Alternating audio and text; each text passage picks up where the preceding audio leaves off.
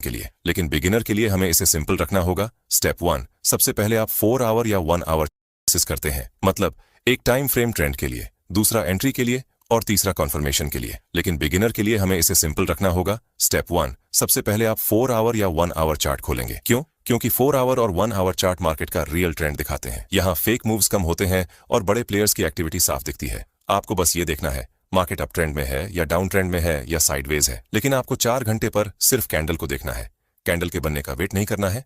Step 2, अब आप 15 minute के चार्ट पर आएंगे। यहाँ आपको सपोर्ट और रेजिस्टेंस ड्रा करना है, ट्रेड लाइन ड्रा करनी है और ये देखना है कि प्राइस कहाँ रिएक्ट कर रहा है। ये टाइम फ्रेम डिसीजन मेकिंग के लिए है। बेस्ट होता है स्टेप 3, अब एंट्री के लिए आप 5 मिनट चार्ट यूज कर सकते हैं, लेकिन ध्यान रखिए 5 मिनट सिर्फ एंट्री के लिए है, डिसीजन के लिए नहीं। अगर हायर टाइम फ्रेम बुलिश है और 15 मिनट सपोर्ट पर प्राइस है, तभी 5 मिनट पर बाय सेटअप देखना है। अब यहाँ एक बहुत इंपॉर्टेंट बात, बिगिनर्स की सबसे बड़ी गलती ये होती है कि वो एंट्री टाइम फ्रेम को ही डिसीजन टाइम फ्रेम बना लेते हैं, मतलब 5 मिनट पर ट्रेंड डिसाइड करना, जो कि सबसे बड़ा मिस्टेक है। ट्रेंड हमेशा हायर टाइम फ्रेम से डिसाइड होता है। अब समझते हैं डिफरेंट ट्रेडर्स के लिए डिफरेंट बेस्ट टाइम फ्रेम।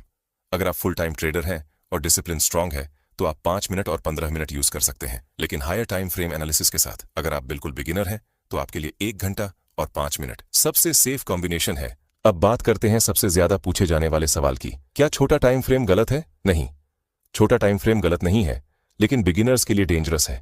जैसे बाइक चलाना गलत नहीं है, लेकिन बिना बैलेंस सीखे हाई स्पीड पर चलाना डेंजरस है। अब इस वीडियो का सबसे important part, best time frame strategy का golden rule. Rule number 1, trend हमेशा हायर टाइम फ्रेम से देखो, जैसे 4 घंटे और 1 घंटे। Rule number 2, entry lower time frame से लो, जैसे 5 मिनट।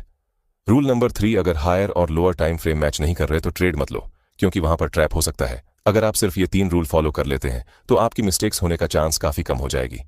अब यहां तक अगर आप समझ गए हैं तो आप मार्केट में भीड़ से अलग हो चुके हैं, क्योंकि 90% ट्रेडर्स एक ही टाइम फ्रेम पर ट्रेड करते हैं और यही वजह है कि वो बार बार फंसते हैं। अब तक हमने ये समझ लिया कि बेस्ट टाइम फ्रेम कोई फिक्स्ड चीज नहीं है और हर ट्रेडर के लिए अलग हो सकता है। हमने ये भी जाना कि हायर टाइम फ्रेम ट्रेंड दिखाता है और लोअर टाइम फ्रेम एंट्री में मदद करता है। सबसे पहले हम स्कैल्पिंग की बात करते हैं। स्कैल्पिंग सुनते ही अधिकतर बिगिनर्स एक्साइटेड हो जाते हैं। क्यों? क्योंकि स्कैल्पिंग में जल्दी प्रॉफिट दिखता है और ट्रेड का टाइम कम होता है।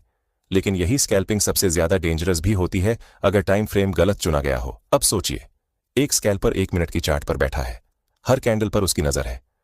एक कैंडल ग्रीन तो दिल खुश, अगली कैंडल रेड तो पैनिक इमोशन ऊपर नीचे। प्रॉब्लम स्कैल्पिंग में नहीं है, प्रॉब्लम गलत टाइम फ्रेम और बिना स्ट्रक्चर ट्रेड लेने में है। अब स्कैल्पिंग के लिए बेस्ट टाइम फ्रेम स्ट्रक्चर समझिए।